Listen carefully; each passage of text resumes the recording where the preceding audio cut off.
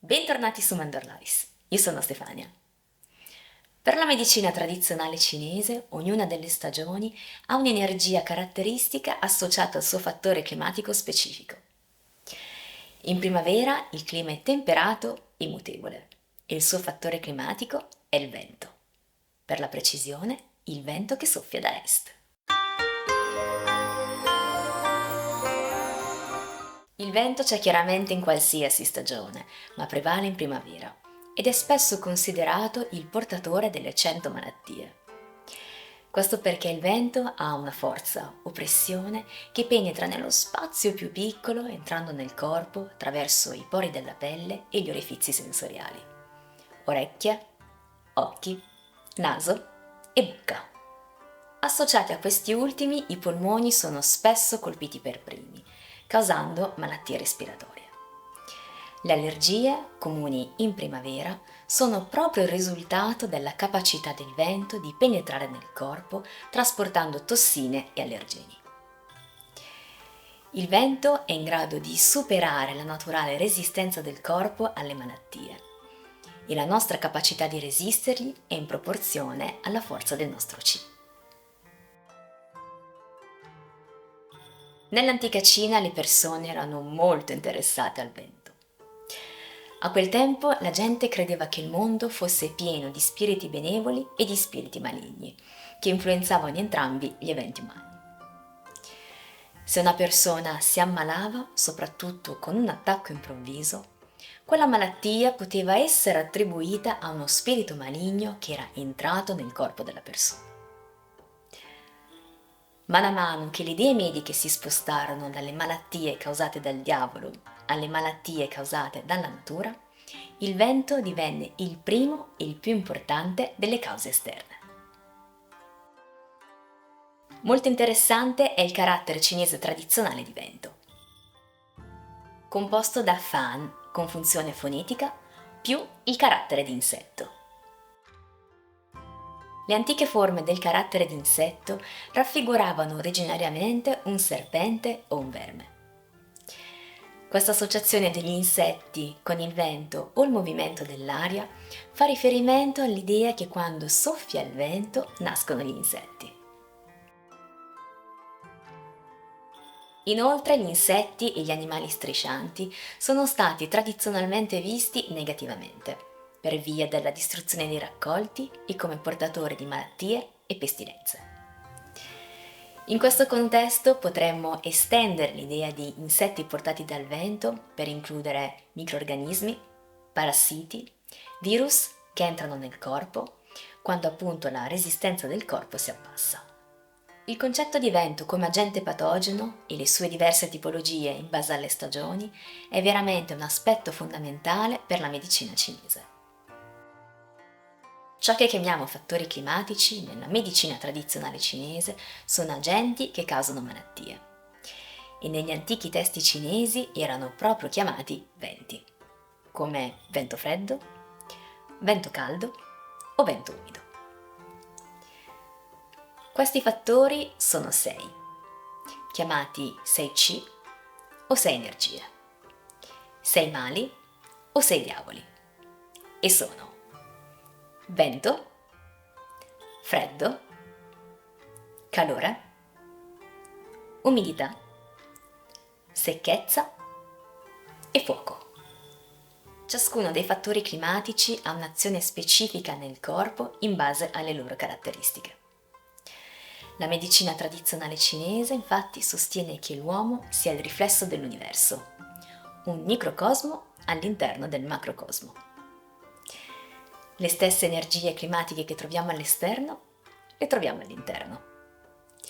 Abbiamo quindi due principali tipi di vento, quello esterno e quello interno.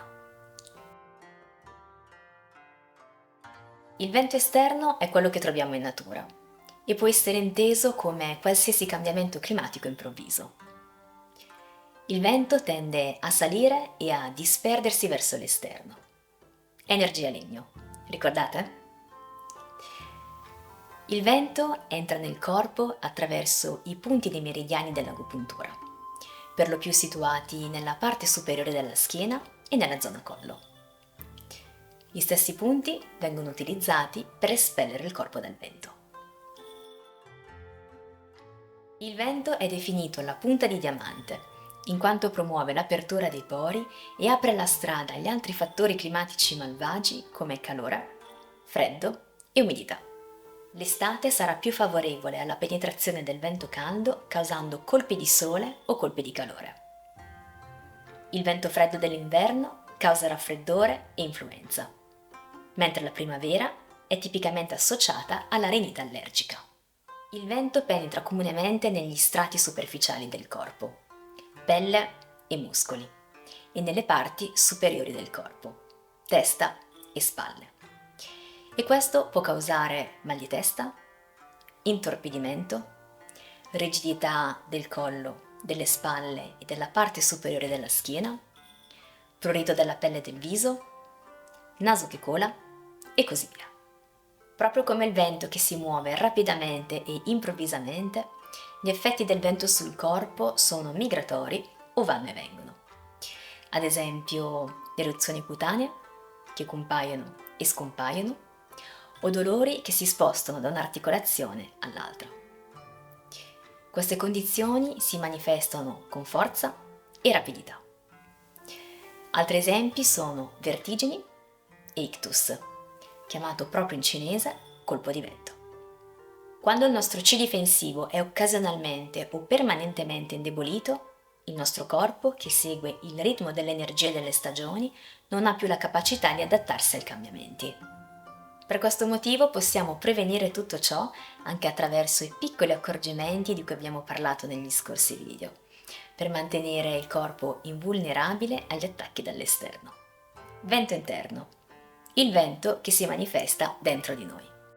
Quando il vento colpisce direttamente organi e visceri, viene chiamato vento interno. L'organo più colpito è solitamente il fegato.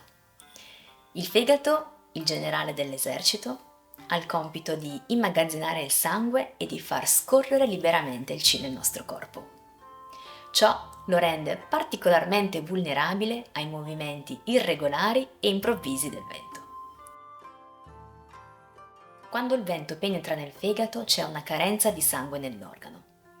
Si verifica un eccesso di energia yang e questa sale come vento caldo. Proprio come grandi incendi creano correnti d'aria, provocando ad esempio febbre alta.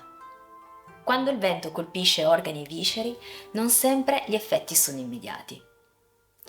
È possibile che i patogeni che hanno invaso il corpo si nascondino in uno stato latente e poi si manifestino quando si verifica la giusta combinazione di circostanze, come un turbamento emotivo, un problema alimentare e così via.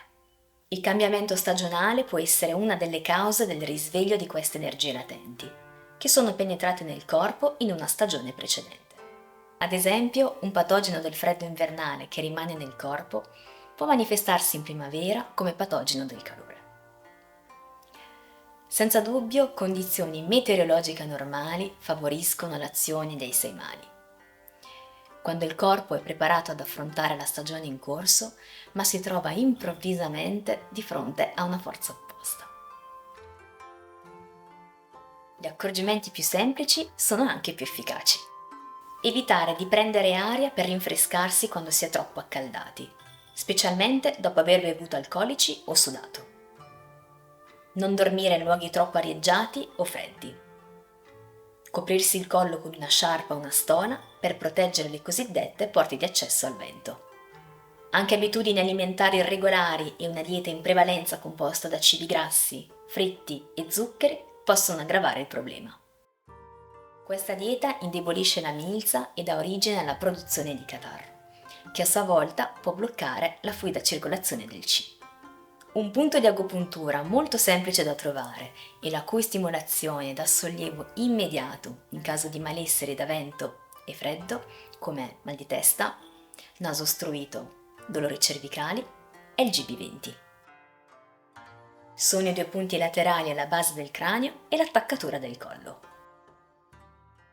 Potete premerli o massaggiarli con un movimento circolare da 1 a 3 minuti. Anche per oggi Mandorlice termina qua. Spero davvero che il video vi sia piaciuto e come sempre Grazie per il tuo tempo e alla prossima!